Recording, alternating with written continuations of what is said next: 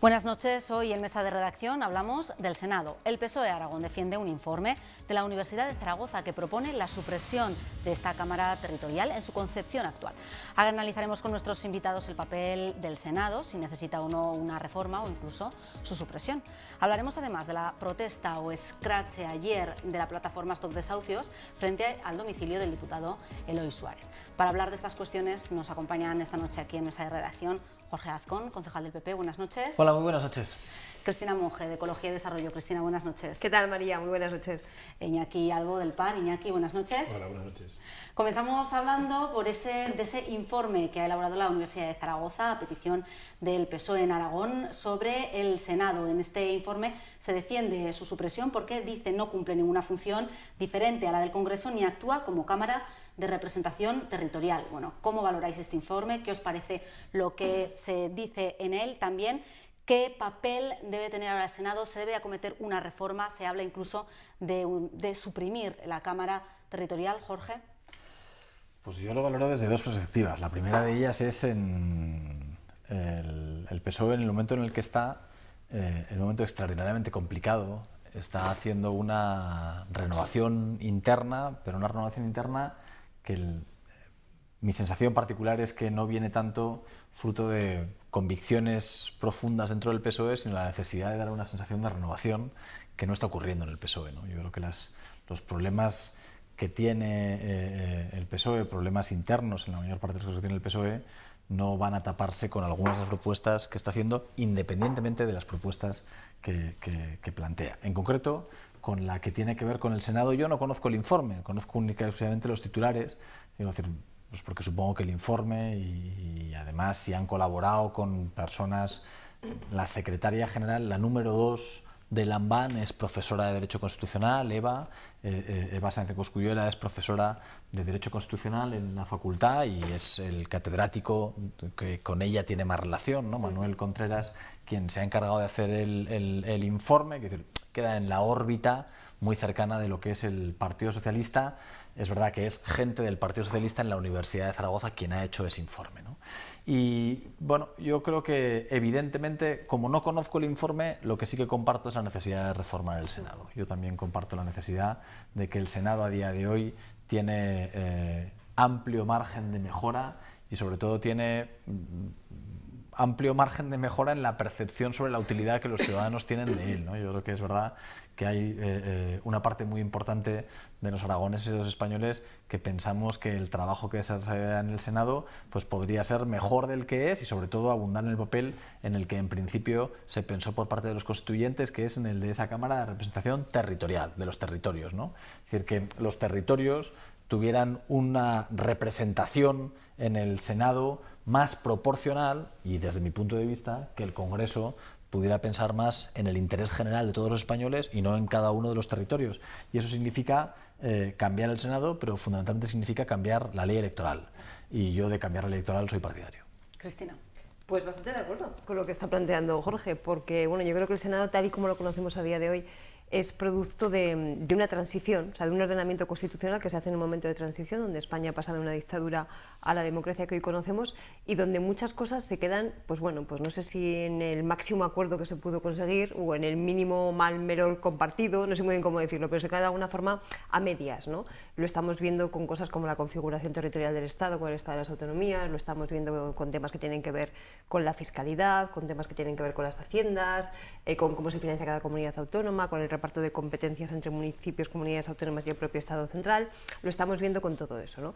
Y yo lo que sí que coincido es que ese Senado es una pieza dentro de todo ese engranaje. O sea, yo no centraría el debate si Senado sí o no, o Senado de una manera o de otra, sino en todo el engranaje constitucional, en todo el engranaje de proceso de toma de decisiones y obviamente electoral, qué papel juega cada una de las cámaras y si tienen que seguir existiendo como tales, ¿no? Mi propuesta personal, lo comentábamos hace un momento, bueno, pues yo creo que sería muy interesante experimentar fórmulas de proporcionalidad de verdad, y eso pasaría por la circunscripción única aquí en el conjunto del territorio español para el Congreso de los Diputados, unido con una Cámara territorial, que en este caso sería el Senado, ¿no? Y por lo tanto teníamos ahí las dos opciones de representación, la de una persona un voto, que podría ser el Congreso, y la de los territorios, que podría ser el Senado. Eso es una opción que se puede ensayar, hay más, ¿eh? O sea, no digo que sea la única ni la mejor, y hay más. Pero lo cierto es que en estos momentos pues es producto de un acuerdo que se hizo en momentos de la transición y que probablemente estamos viendo que va siendo hora de empezar a revisar, ¿no? Iñaki, ¿coincides en estos análisis, en esta reforma, en esta necesidad de reforma? Sí, coincido en que efectivamente, tal y como está ahora mismo el Senado, tiene poco sentido. Es decir, una Cámara que lo que se aprueba en el Congreso, aunque el Senado lo modifique cuando vuelve al Congreso, vuelve a la redacción original, pues verdaderamente no tiene sentido. Lo que sí que creo que es momento de plantearse que hace falta grandes acuerdos y, en cierto modo, volver al espíritu de la transición, de intentar, digamos, aunque cada uno se deje algo por el camino, pero intentar llegar a una base común verdaderamente amplia. El Senado, estamos hablando del chocolate del oro, estamos hablando de 55 millones de euros al año de presupuesto, pero hay que plantearse en serio la organización territorial, hay que plantearse el tema de las diputaciones provinciales, hay que plantearse cómo se ha hecho el traspaso de competencias. Hay un Ministerio de Agricultura que ha traspasado todas sus competencias y tiene prácticamente el mismo número de funcionarios que tenía antes de traspasarlo. Hay que, desde mi punto de vista, hay que ir a una situación que sea igual, o sea, verdaderamente federal, igual para todos los territorios. A mí, eso de que unos, porque exigen mucho o porque protestan más, tengan más competencias que otros, me parece absolutamente inaceptable. Es decir, las reglas del juego deben ser iguales para todos. Y a partir de ahí, que cada uno, según cómo gestione, pues ya, pues mira, he hecho una buena gestión y me merezco el apoyo o no de los ciudadanos. Pero tenemos que tener todos las mismas condiciones, las mismas competencias, las mismas reglas del juego. Y eso exige efectivamente un consenso amplio. Y creo que el momento es lo bastante grave como para planteárselo en serio. Lo que pasa es que, fíjate, estamos hablando de un consenso que implica a la propia naturaleza del Estado, ¿eh? Es decir, sí. Por eso yo decía, esto implica muchas cosas, tiene muchas repercusiones y, entre otras, el cuestionamiento del propio Estado de las autonomías, que vemos que en muchísimos aspectos se nos queda corto. O sea, ya no es un traje con el que nos sintamos a gusto, ¿no? Sino que unas costuras prietan, en otros sitios ha quedado largo, en otro... Es decir, que vemos que todo eso también tiene que formar parte de ese replanteamiento. Generosidad de verdad. Es decir, que estamos en un momento con mucho enfrentamiento que no es fácil, pero es necesario. Sí. Ahí también estamos inmersos en una tendencia en Europa en la que sí que se están suprimiendo estas cámaras. Por ejemplo, en Dinamarca o Suecia ya se ha hecho. ¿Creéis que vamos a ir por esa tendencia, no a lo mejor directamente o muy rápidamente en España, pero Europa va hacia esa tendencia de suprimir la cámara alta? Jorge. Pues yo, respondiendo a tu pregunta y continuando con la idea que planteaban Iñaki y Cristina, es que este tipo de cuestiones es verdad decir que es deseable que se hagan con grandes consensos, ¿no? Es decir, cuando las reglas del juego, cuando tú pactas las reglas del juego en la democracia, las reglas del juego deben ser aceptadas entre todos, porque si quien gobierna hoy hace sus reglas del juego y quien gobierna mañana vuelve a cambiar a las suyas propias, la inseguridad jurídica que se genera hace que sea mucho más difícil que se avance en otras cuestiones que no tienen que ver tanto con la forma, sino con el fondo de los problemas del país, ¿no? Yo que comparto con vosotros la necesidad de que en el momento posiblemente más duro, desde el punto de vista político y desde el punto de vista económico, fundamentalmente desde el punto de vista económico, que estamos viviendo en la democracia española, se necesitaría que hubiera grandes acuerdos. Lo cierto es que, con sinceridad absoluta, veo nulas posibilidades de que esos grandes acuerdos se produzcan, ¿no? No veo en el escenario político la posibilidad de que esos grandes acuerdos se produzcan. Y me vais a dejar, con sinceridad, pero me vais a dejar también que arrime el ascua a mi sardina, pues porque evidentemente creo que el Partido Socialista tiene problemas internos mucho más importantes que resolver que llegar a acuerdos con el Partido Popular. Es decir, yo creo que la actual dirección del Partido Socialista, si llegara a un acuerdo con el Partido Popular, porque al final, bueno, pues independientemente de que pudieran sumarse todas las fuerzas que están en el arco parlamentario, los grandes acuerdos son entre los grandes partidos o entre los que hasta día de hoy, a la vista también de las últimas encuestas, han sido los grandes partidos, ¿no?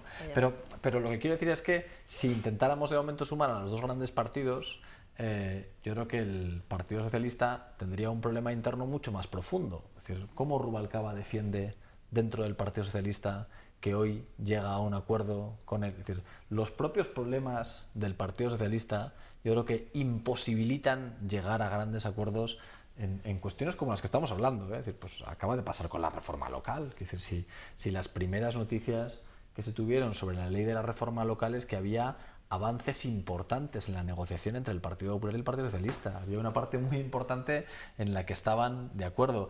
¿Qué es lo que pasó? Pues que el equipo de Rubalcaba está incapacitado de vender a la opinión pública que llega a acuerdos con el Partido Popular, porque entiende que le deterioraría todavía mucho más de lo que ya está, ¿no? Entonces, bueno, esta es la desgracia. Es decir, la desgracia es que posiblemente en uno de los momentos más duros que estamos viviendo, seguro desde el punto de vista económico, pero también desde el punto de vista político, y en ese momento en el que es más necesario que nunca el que existan acuerdos entre los dos grandes partidos en la política española, hay uno de ellos especialmente en el que sus problemas internos hacen que sea, en mi opinión, prácticamente imposible que ocurra. Cristina. Yo no sé si es eso o si es realmente que hay modelos de Estado, porque estamos hablando de modelos de Estado diferentes, ¿no? Y está bien que los haya, para meterlos en el debate, pero yo creo que son con diferencias, que tienen diferencias de fondo. Yo recuerdo que Rubalcaba, con ese don de la oportunidad que le caracteriza, ¿verdad?, el día de antes de estallar el caso Bárcenas, estaba anunciando que estaba llegando a un acuerdo, que estaba dispuesto a llegar a un acuerdo con el Partido Popular en materia de anticorrupción.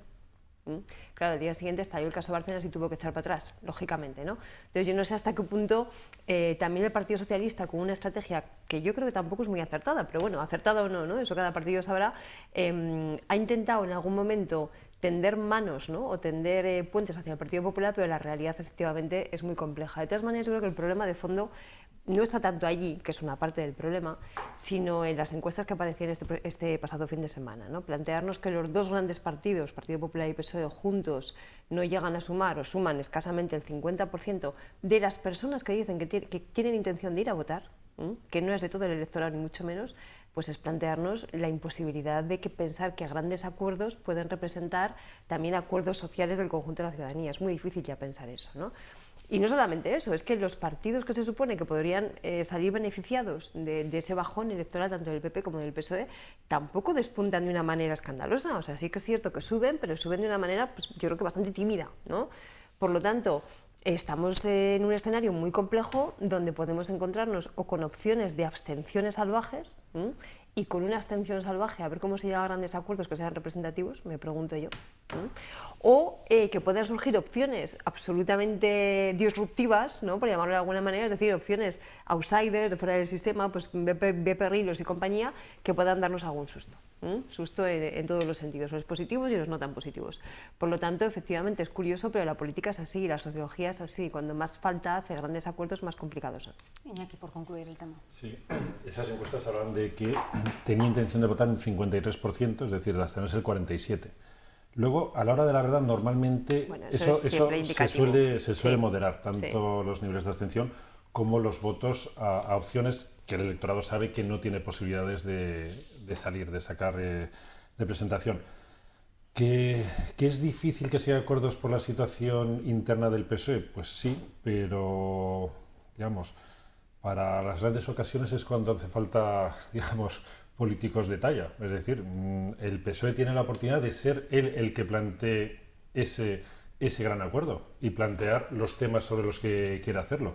Cada uno sabe a qué electorado se dirige. Yo creo que la gente al final es más inteligente de lo que muchos políticos piensan que son, y a la gente, si las cosas se les explican, las entienden. Es decir, y yo creo que el PSOE no está obligado a echarse al monte. No es.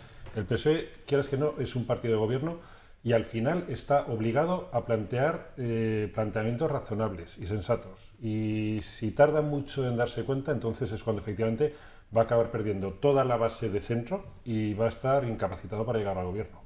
Bueno, esperemos que esos pactos, esos acuerdos puedan producirse de alguna manera. Vamos a cambiar de tema. Hablamos ahora de otra cuestión, las protestas o scratches que han planteado la campaña nacional de la plataforma Stop Desahucios para presionar a algunos políticos para que voten o apoyen la dación en pago. La última fue la de ayer en Zaragoza, frente al domicilio del diputado Eloy Suárez. Bueno, ¿cómo valoráis estas protestas? ¿Creéis que rozan quizá la coacción? ¿Hasta dónde llega la libertad de manifestación? ¿Hasta dónde llega ese intento a lo mejor de coacción, Jorge? Yo no creo que la rocen, y además no es para algunos políticos, como has dicho María, es solamente a los políticos del Partido Popular, ¿no? En los 30 años de democracia que hemos vivido, nunca habíamos vivido, han pasado muchas cosas en la política, es decir, pero nunca habíamos vivido que se manifestaran delante de casa de los políticos, delante de las casas de los políticos, ¿no? Esto es una cuestión novedosa en la escena política española, y en España han pasado muchas cosas, ¿no? Algunas de ellas muy malas también, ¿no? Es decir, como han pasado, pero esto no había ocurrido nunca, ¿no? Yo cuando se habla del problema de los desahucios, creo que lo primero es hacer un reconocimiento, y es un problema que existe, es un drama humano, que sin ningún género de dudas hay que ponerle una solución y hay que plantear medidas para intentar parar la sangría de lo que significan los desahucios. Y hay una parte muy importante de la problemática, bueno, pues que no es que la comprenda, sino que está ahí, quiero decir, y que evidentemente yo creo que a cualquier persona que esté en la vida pública le tiene que preocupar, pues porque evidentemente hay muchos dramas de personas con cara, nombres, ojos, apellidos que están encima de la mesa, ¿no? Pero hay que saber cuáles son las líneas de la democracia. Y al final, cuando un representante del pueblo defiende valores, defiende ideas y defiende principios que son conforme a los derechos humanos, que respetan la legalidad y que están dentro de la libertad que cada uno tiene para defenderlas, y lo que se encuentra es que hay personas que están manifestándose debajo de su domicilio particular, yo creo que, no por el caso de Eloy, ¿no? Es decir, pero a mí me gustaron especialmente las declaraciones cuando se manifiestan delante de la casa de la vicepresidenta del gobierno. Mira, es que no están manifestando delante de la casa de la vicepresidenta del gobierno, están manifestando delante de la casa de una madre que tiene un bebé pequeño, que vive en esa casa y que hay límites que no se tienen que pasar. Es decir, cuando tú tienes miles de alternativas para hacer llegar tus ideas en democracia, cauces de participación, no es necesario llegar a amedrentar, llegar a ser coactivo. Es decir, defender las ideas con la palabra no tiene que llegar a intimidar o coaccionar a quien representa y a quien ha sido democráticamente elegido por los ciudadanos. Creo además, y acabo con esta idea, de que se equivocan profundamente. Es decir, de que se equivocan profundamente desde un punto de vista estrictamente práctico. Es decir, que si algunos de los que se manifestaron enfrente de la Casa de Diputados del Partido Popular, ayer enfrente de la casa de Eloy Suárez,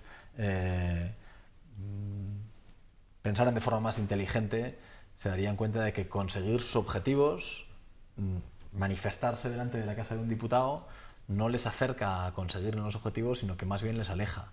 Porque cuando hay representantes políticos que defienden ideas, valores y principios que se encuentran con la intolerancia delante de ellos, no ayuda a que estén dispuestos a cambiar de opinión. Ayuda el que hablen, el que dialoguen, el que tengan la oportunidad de contrastar opiniones. Pero eso, sin ningún género de dudas, creo que es una profunda metedura de pata. Cristina, una metedura de pata, como dice Jorge.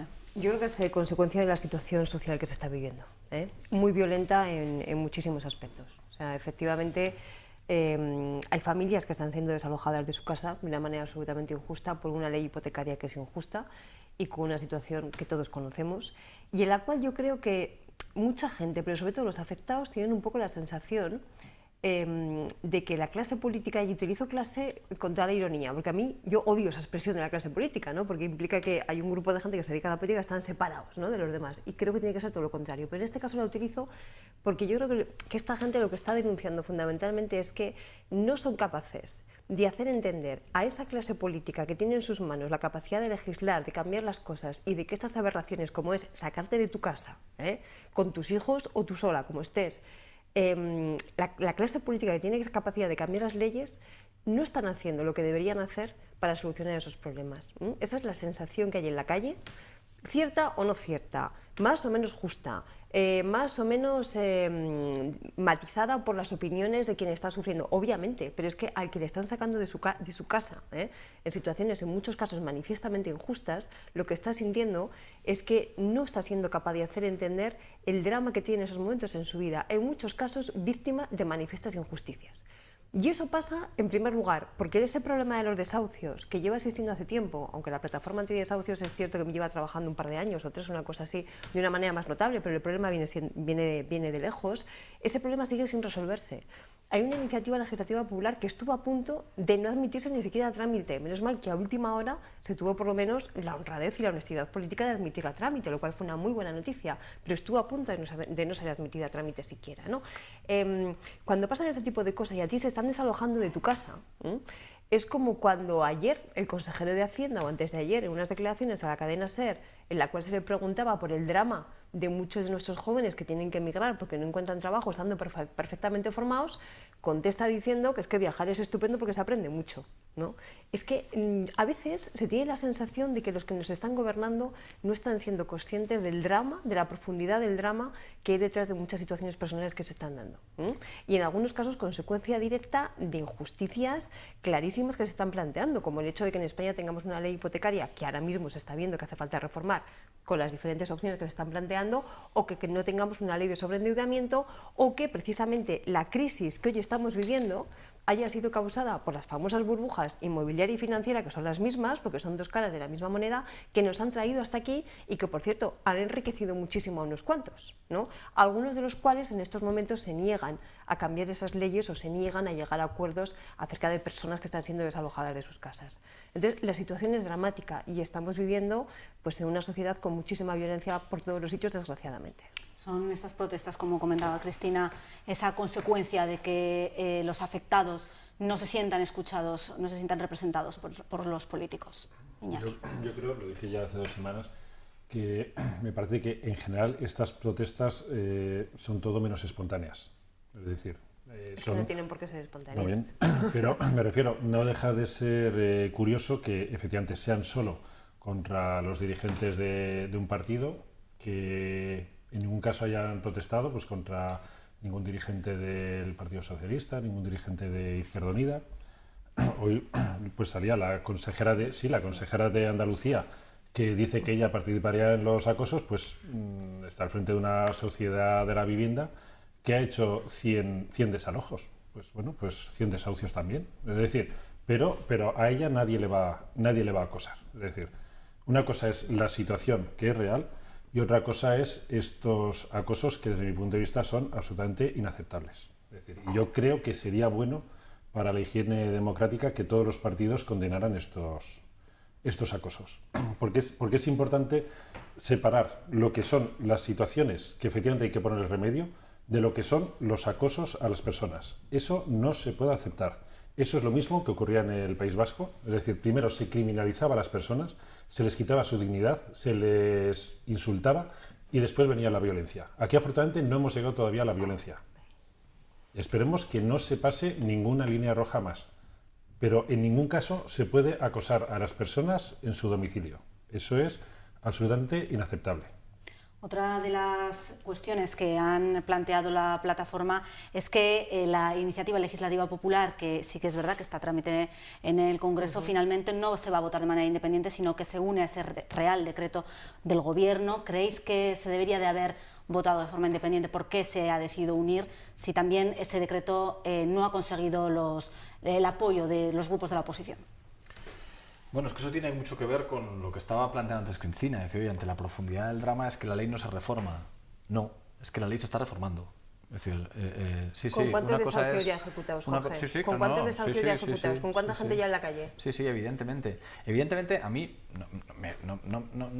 el problema existe y además utilizar depende de argumentos pues tampoco es lo que más me gusta, ¿no? Es decir, pero fíjate, yo oí el otro día Rubalcaba hablar de que no estaba a favor de estas manifestaciones delante de los cargos públicos del Partido Popular, cuando hoy es la consejera de la Junta de Andalucía, en la que hay una coalición del Partido Socialista con Izquierda Unida diciendo que ya participaría en los escraches, pues te das cuenta un poco de lo que hablábamos antes, de lo que les pasa allí dentro, ¿no? Porque evidentemente en eso yo recordaría antes de ayer a la otra candidata al Partido Socialista a la Secretaría General, que se llamaba Carmen Chacón, que lo que hizo fue impulsar una ley para que los desahucios de los domicilios pudieran llevar a una velocidad mucho más rápida de lo que hay. Es que objetivamente, desde un punto de vista técnico, los avances que se han hecho en la legislación para paliar un problema que sigue existiendo, que es el de los desahucios, desde que hay un gobierno del Partido Popular, y esto es objetivo. Es decir, ¿el problema se ha erradicado? No, es verdad que no se ha erradicado.